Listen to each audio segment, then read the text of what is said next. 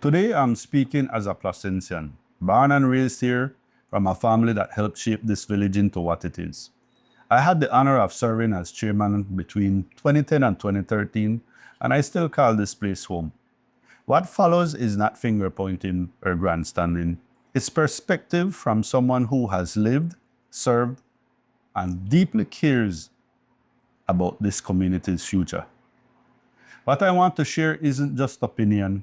It's based on experience, history, and a desire to protect what makes this place special. So when I speak on this issue, I don't speak as an outsider. I speak as someone who knows this land and who's watched it change acre by acre, silence by silence. And now the loss of Placencia Point, that sacred community-used land at the tip of our village, it's forced us to ask a question that goes far beyond one piece of beach. Who does Belize really belong to? Let me walk you through it. Here's a timeline of avoidable loss. Over 50 years, the point has been used by the public for recreation, for culture, for tradition. Since 2013, the Placencia Village Council, under multiple leaders, has sent letter after letter requesting the government officially secure the point for public use. In 2020, the ministry granted the council a license to manage it. They cleaned it, built a boardwalk, made it accessible for everyone. Then came 2022, parcel 2010, including a section of the point, was quietly titled to a private company.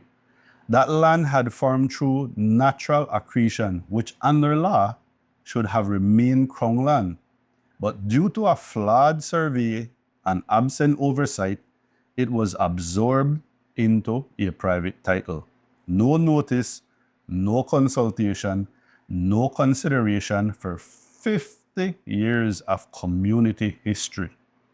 Now the owner, who never invested in it, has issued cease and desist letters to the council, trying to block Lobster Fest, trying to treat it as private land. But this is not just about the point. This is about a national pattern. Listen closely, Belizeans. You see, in 2001, Belize repealed the Aliens Landholding Act. Before that, foreign nationals had to apply for a license to own land in Belize. But since that law was removed, foreigners can now buy land outright, beachfront, island, whatever.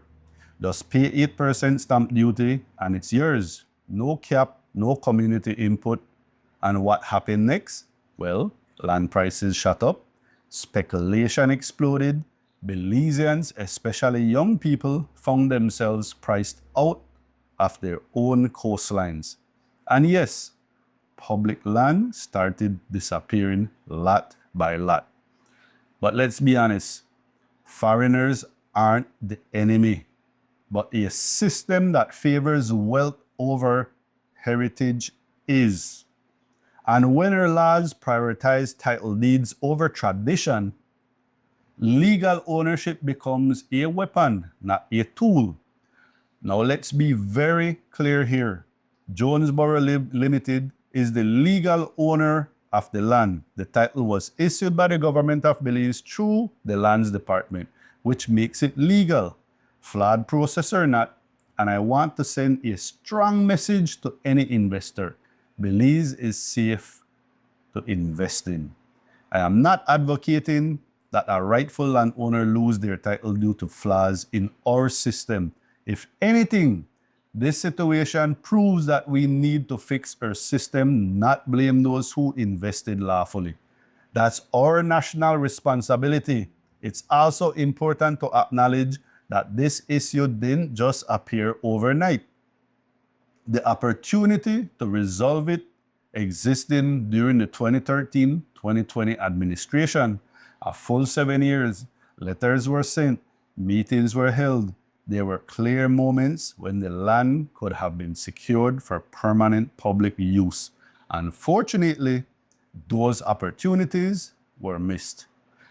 But dwelling on the past won't fix the future. The real question is, What will we do now? So, what do?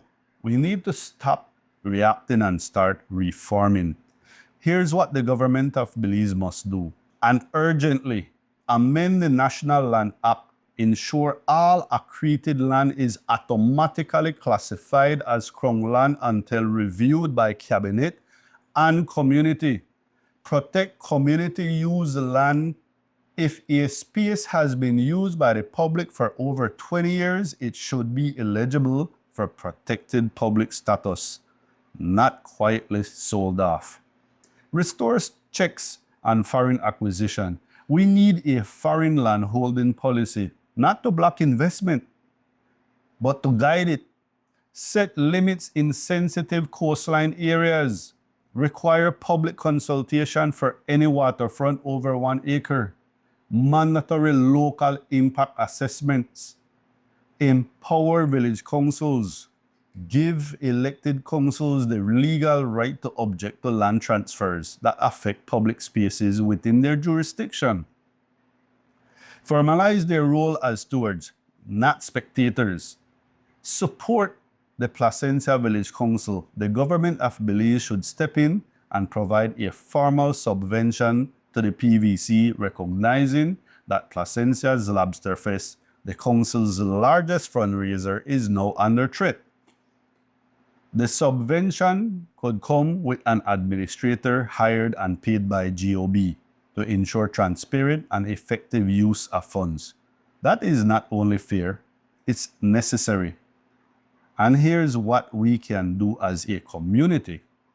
The Placencia Village Council can file a cabinet paper requesting reacquisition of Placencia Point under the Land Acquisition Public Purposes Act. They can present the legal timeline, the public use history, the minister's own license from 2020. They can show that this is not just a land dispute. It's a matter of cultural preservation and public equity. But let's be clear, we cannot bully our way through this. Not the government, not the private landowner. Everyone involved has rights and dignity that must be respected. We cannot treat the owner of parcel 2010 as the villain in a broken system they didn't create. That land title is legal, and until or unless the state intervenes through a lawful process, it must be treated with that respect. Because if the point is lost, what message are we sending? That 50 years of public use means nothing. That a flawed survey outweighs a village's shared memory.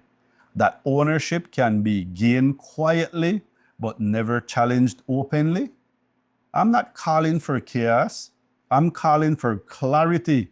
Belize needs a land policy rooted in balance, where heritage matters, public use is protected, and economic development is guided, not unchained.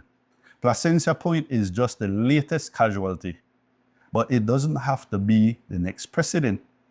To every coastal community across Belize, this is your wake-up call. If you have public beaches, parks, riversides, fight for it. Don't wait for a backhoe to show up. Don't wait for the title transfer, because by then it's too late. To the government, we don't need more sympathy. We need policy. To the people, start paying attention to the fine print, because public land doesn't vanish by accident. It disappears when we stop watching.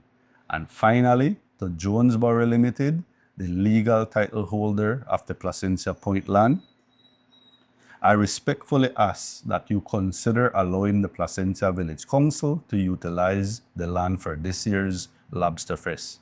If agreed, a Memorandum of Understanding, an MOU, can be drafted and signed by both parties to protect everyone's rights and expectations. That gesture would go a long way, not just for the council, but for the village, for Belize. My name is Charles Leslie. I am the grandson of Doris and Liston Leslie, names that carry weight in the history of this village. Doris Leslie wasn't just a successful female entrepreneur. She was a trailblazer who helped pioneer tourism across all of southern Belize. Her vision wasn't just about building a business, but about opening doors for generations to come. That legacy is why I speak up, because preserving the land, the culture, and the future of this village is not just my responsibility. It's personal.